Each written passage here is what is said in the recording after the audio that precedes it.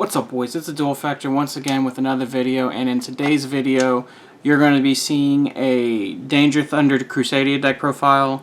As you all know, this past weekend was at NAWCQ, and this was the deck that won the event.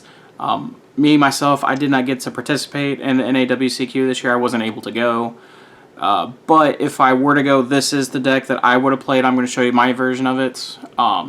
I had been testing Danger Thunder, and I've been considering playing the Crusadia cards. I did a little bit of testing, and then, especially after watching the stream this week, there's just no doubt in my mind that out of the format, this is just the best deck. This deck just continues to evolve. Everything it does, it's broken, and it kind of reminds you of the power gap between... if some of you guys remember the 2012 format where you had like Insector, Dino Rabbit, and Wind-Ups, and then Chaos Dragons came, and then the power gap between those Chaos Dragons and those other three decks was just so insane.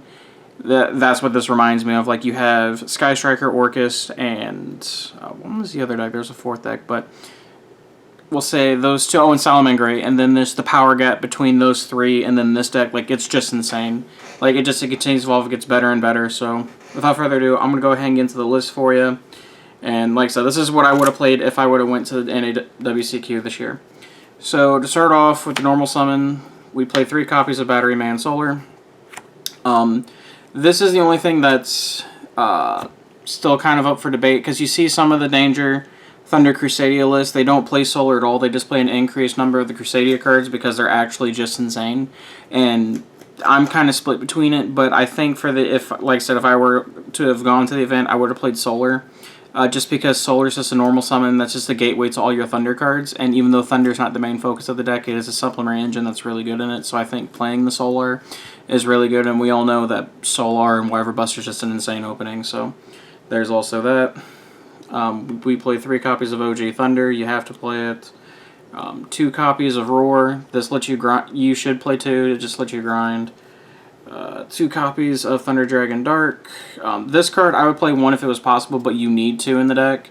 Especially in the case that you end up going second and you open 1, you can discard the other copy to set up a White Dragon Wyver Burster in your hand if that comes to it. Also, you need to be able to play 2 so that way you can activate the in-hand effect if you need to activate a Thunder effect.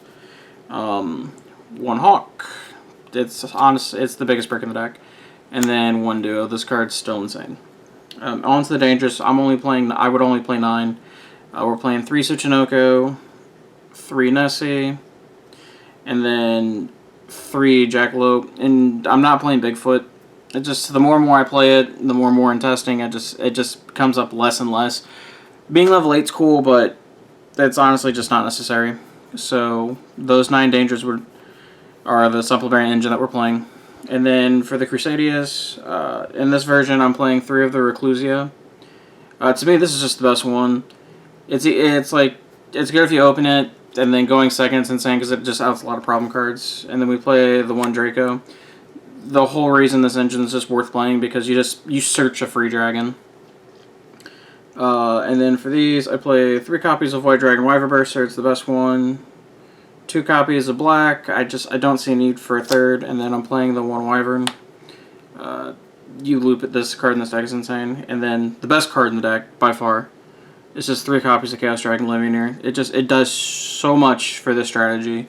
Reborn, pop 2, rip a card, level 8, 3k dragons. You could just go on and on about how insane the card is.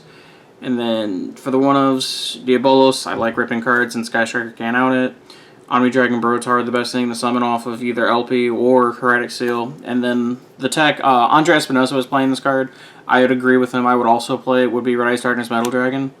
It just lets you play under Lancia a lot better than you would not being able to, and so do the Crusadia cards. But he shows it in his video, and I might honestly show a combo, but if you open a Crusadia and a Danger card, you get to do the whole combo, and it doesn't require any banishing or anything, and I think that's really cool. So there's that, and then it's a Second Light build, so we're playing 3 cards. We're going to get this card banned. There's just no doubt in my mind that North American players are going to get this card banned because all combo decks at some point are just going to be 37 monsters and 3 Pot of Greed, and it's hilarious. I wish I was joking. That was the main deck, 40 cards, and then on to the extra, the 2 obligatory copies of Thunder Dragon Colossus. Not much to say here. You usually just use one for a rank 8, and then you summon the other one as a floodgate. Hot Red Dragon Archfiend, card's insane. Number 38, card's also insane. The whole reason to play the Crusadia engine is the Magius. You just, any Crusadia makes this, you search Draco and you combo off. It's just insane. The generic Link 2, I'm still playing Beat Cop, mainly because it's dark. There's an argument to play Land Ferencis as a light. Just gives you more options, but I prefer to play this, in all honesty. Then the broken cards, Agripane, this is ban worthy. Pisty, as long as Agripane's around, there'll be combos with this card. And then Lone Fire for all dragons, which this card could probably go also, but it's on the fence about that. But yeah, Lone Fire for dragons. Triple Burst for the combo. 2 copies of Saryuja because we still have multiple copies. The Heretic Seal. And then the 2 generic links and Phoenix and Unicorn. I wasn't going to play Unicorn, but you just need to do it.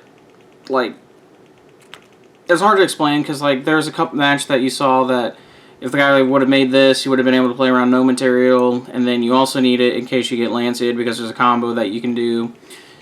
Or not Lanciad, but if you don't have a Thunder Monster effect in hand, the only thing you have is a Roar. There's a really cool combo that you can do that involves these two. They still end on at least Hot Red, and you end on a Colossus, and that's better than nothing. But, yeah. That is my profile for Danger, Thunder, Crusadia. Like I said, if I would have went to Nats this year, this is the deck I would have played for sure. Like I said, the deck, it's just insane. Like, there's just no other way to describe it. It's just by far the best deck. But always remember to like, comment, subscribe. Don't forget to check out our podcast called The X2 Drop Show with me and Bingo HD.